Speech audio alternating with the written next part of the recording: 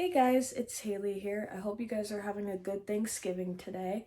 So I figured I would take the time to do something really fun with you guys, and we're going to be doing a Melrose Place tier list. So I'm going to be dividing this up into parts because when I first recorded this video, it was a pain to edit, and when I was recording the video, it kept stopping because of my storage space, so I don't want that happening again.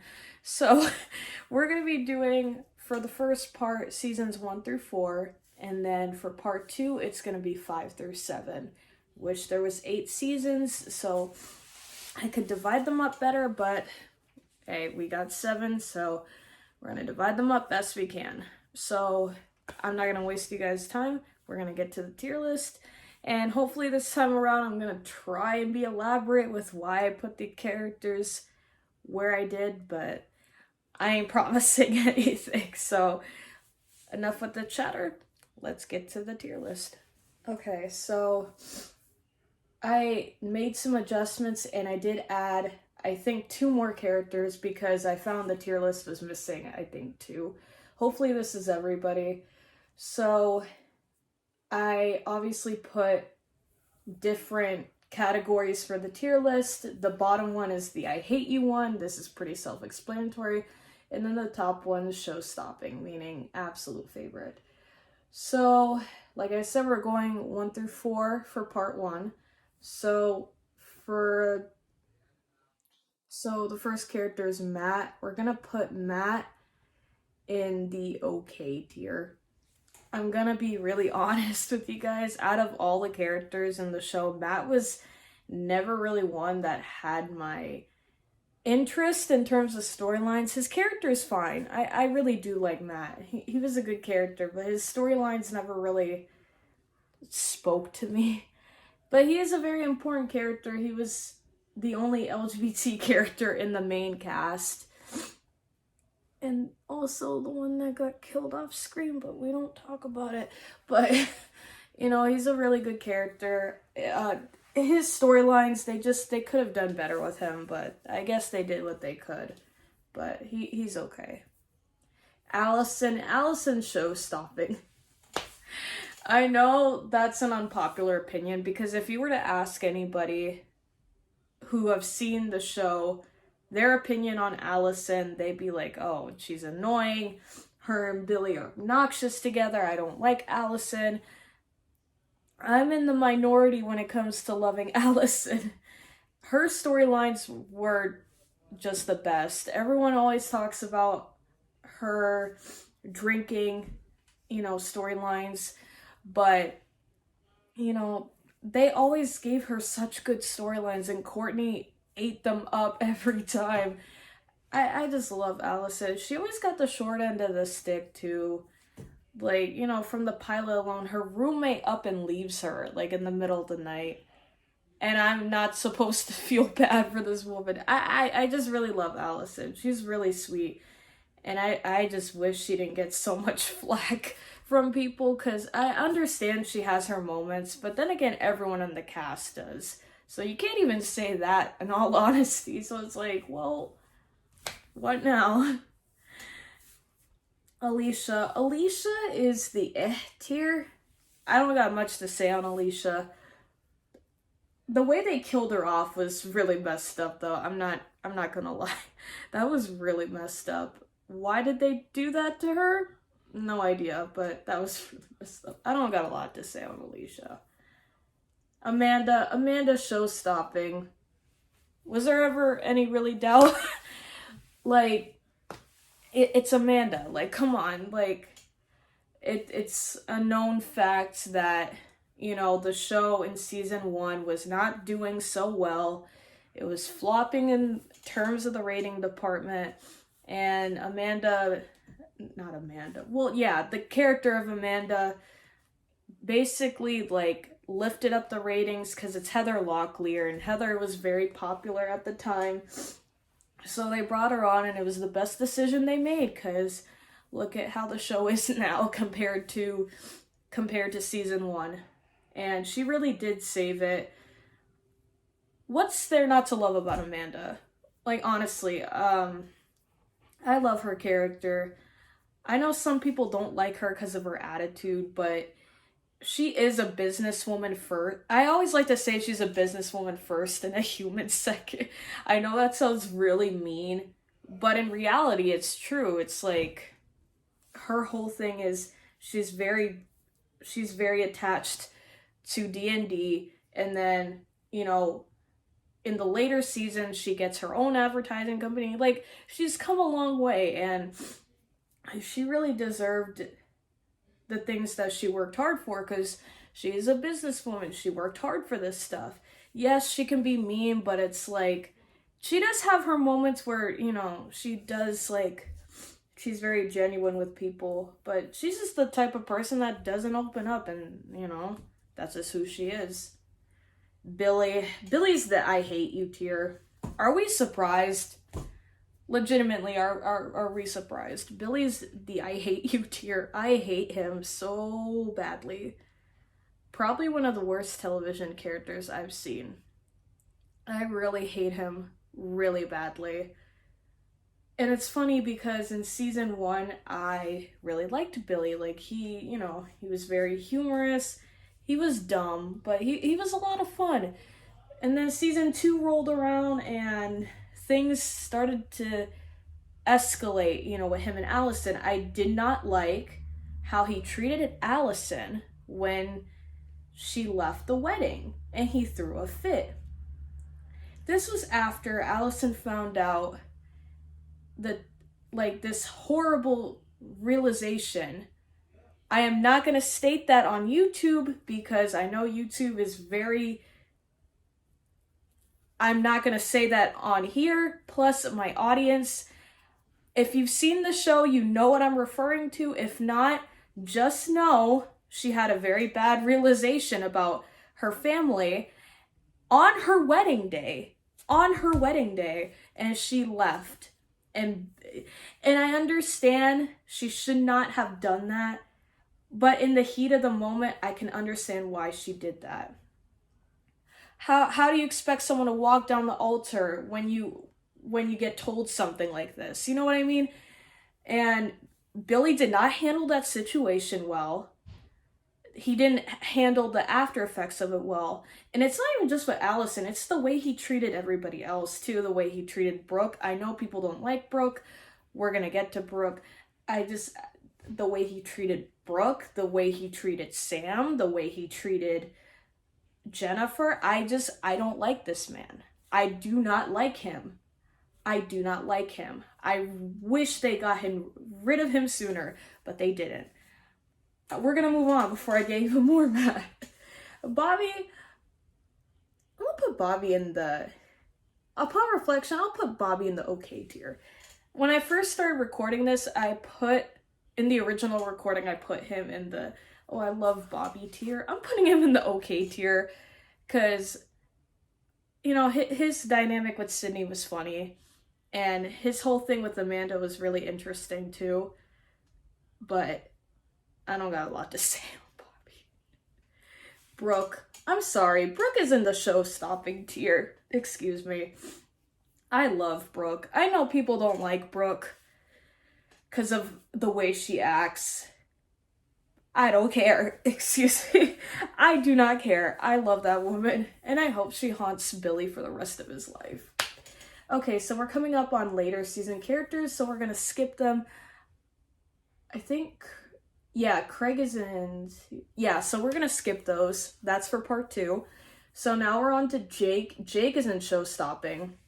What's funny about Jake was when I was first watching the series, I did not like Jake at all. I did not like Jake.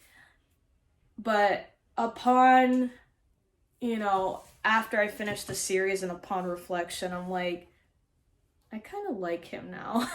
And now I'm to the point where I love him and I'm really attached to him. I'm really attached to him. I do love Grant's show a lot, so that's another reason, but I'm really attached to Jake. He's just such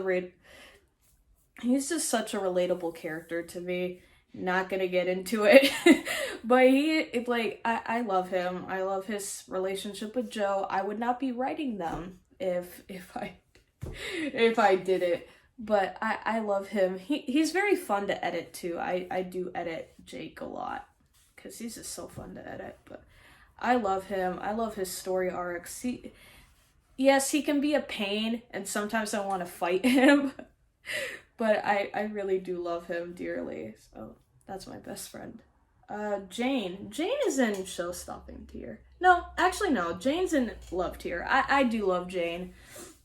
I really love like her character development too, because they did do a lot with Jane, like coming off of season 1. They made her what's the word? They just made her like more stronger as a character and personality wise. You know, because season 1, Jane, like, oh, she's seen as like, oh, you know, the caring friend and stuff like that. And like, you know, as after Michael like has an affair with Kimberly, Jane's like just done with like the nonsense from Michael and just like in general like with Sydney and stuff. And it's a nice thing to have for a character. And I do really like what they did with her in the later seasons as well. I'm kind of iffy on what they did with her in season 7, but we're not going to get into that here. I do love Jane. I really do. Joe's show-stopping tier. I don't want to get too deep into it, but all I will say is she's a very personal character to me. I adore Joe. I really do. I really wish they didn't constantly give her storylines where the main thing was like, oh, she was in constant relationships with abusive men. I do not appreciate that. Like Daphne ate up those storylines very well with her acting, but that was just like a constant thing. And at some point I was just like, okay, I get what you're doing, but after a certain point I don't appreciate it. I don't appreciate it. But you know, the storyline with her and Austin was really good. Again, they really tortured that poor woman because they have the baby be kidnapped by Kimberly and then the Carters took it. It was just a whole mess. Like they just put this poor woman through the ringer. I know people kind of beef with Joe in the later seasons because of the way she acts, like in terms of Richard and Jane. I did not like that. I thought that whole storyline was a pain to sit through because it really felt like at that point they were trying to figure out what to do with Joe. And it was really sad because Joe's a really good character. Like from the first season, she's a very strong character. Like they knew what they wanted to do with her. And then after the whole thing with Jess happened, my favorite Melrose storyline, by the way, but we'll talk about that a little bit more later. It really felt like they didn't know what to do with her, and it is upsetting because Jo was a really good character. She still is. I still love her, but they kind of fumbled with her in the later seasons. Kimberly's show-stopping tier. I've always said that Kimberly is one of those characters that you could write a whole academic essay about. I'm being so dead serious because this is how you write a character. Like a very complex character. Kimberly was such a good character. Season 1, they painted her as the nice doctor, like, oh, Michael, you know, stuff like that. And then after the car accident with her and Michael went on to be with Sydney, and she came back because everyone thought Kimberly was dead. Kimberly came back from the dead, and like things started to hit the fan. No one appreciates the build up to when oh my goodness, I can't talk, to when Kimberly blew up the building in season 3. Everyone always appreciates that, but I feel like not a lot of people appreciate the build-up, because when you think about it, the build-up started from season 2. And it just continuously continued. Like, Kimberly was messing with Sydney, she was messing with Amanda, she was messing with Jane, she was messing with Michael. But it all built up from season 2.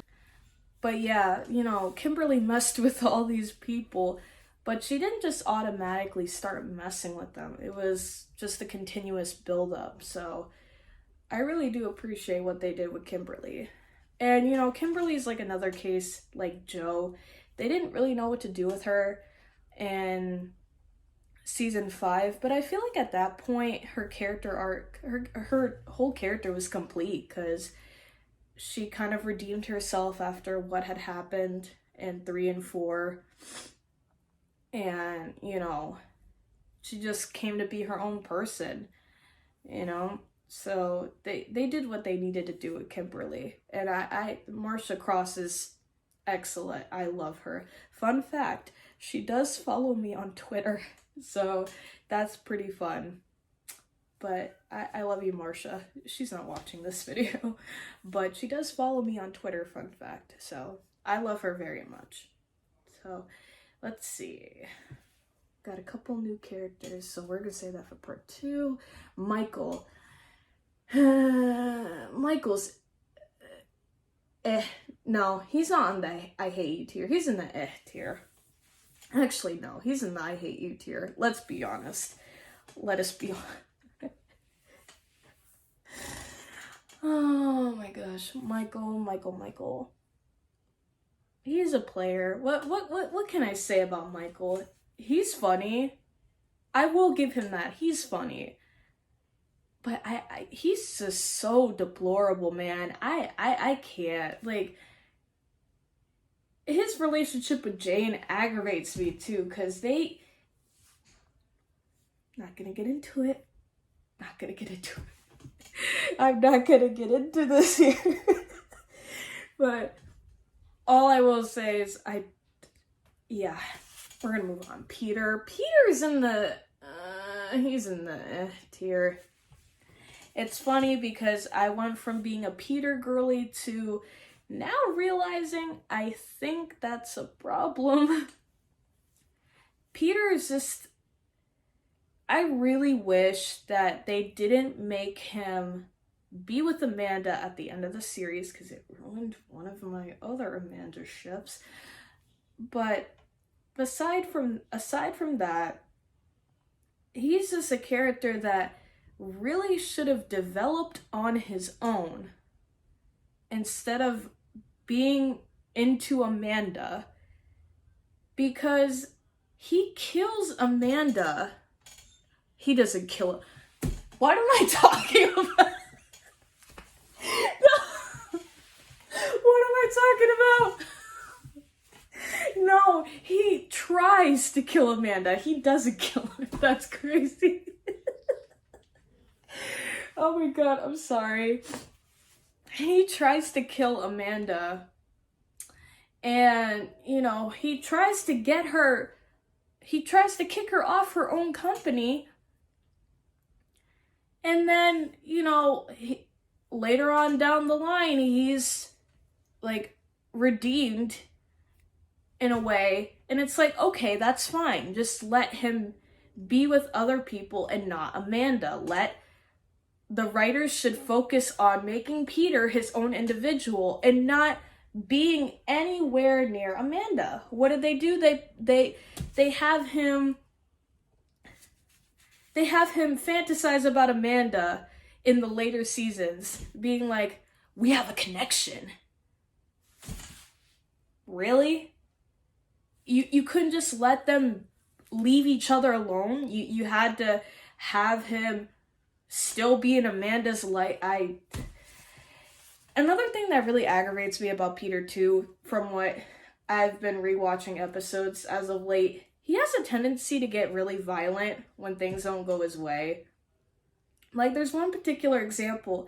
He's in prison and Amanda's on the phone with him, and she's telling him, hey, you're gonna get out of here. Like, Kimberly is starting to remember things. Mind you, Peter is in jail. Do you know what Peter says? He says, I'm going to kill somebody. The man is in jail. And he's just saying this on the phone with Amanda. In jail. How do you not comprehend that? Why are you saying this out loud when you're in jail? It baffled me so bad. And he has, like I said, he has this thing of threatening people. He threatens to kill Sydney because Sydney sold the house. And his whole thing is like, he threatens to kill Michael. To be fair, let me not. But needless to say, Peter's a hot mess. Jack is in the I hate you tier. Are we surprised? It's Jack Parisi. He's in the I hate you tier. Richard is in the I hate you tier. What is there to say about Richard? I'm sorry if I sound aggravated. My phone keeps not just. Ooh, I'm getting mad. Richard's in the I hate you tier. Sandy's in the show-stopping tier. I love Sandy. Her disappearing accent thing was funny. And her relationship with Jake was cute. But I love Sandy.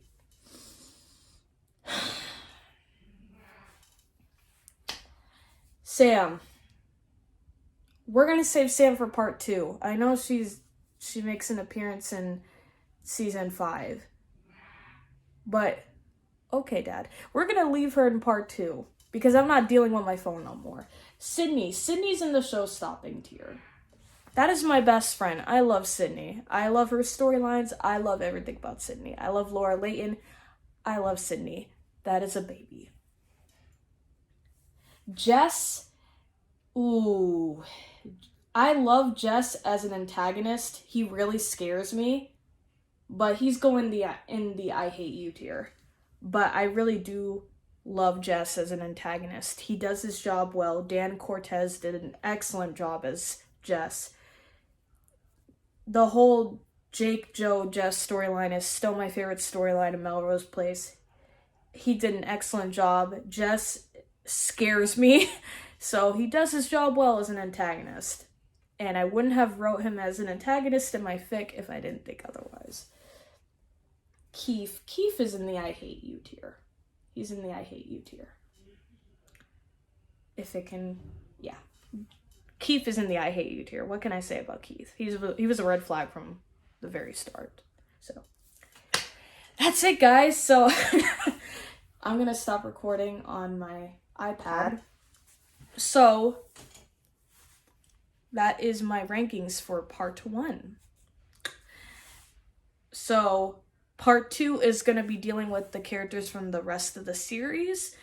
And hopefully my camera doesn't act up. Mind you, I record this on my iPhone. I think iPhones shouldn't be acting up, but I digress. I'm so over it. But hopefully I will get this video up to you guys tomorrow or Saturday, because it might take me a while to edit.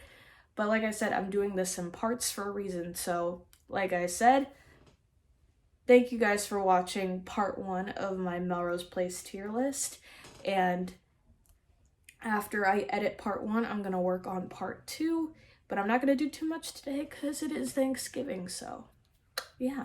So, thank you guys for watching this video. I hope you liked me rambling about Melrose Place and the technical difficulties that ensued. But I will see you guys in the next video. Bye!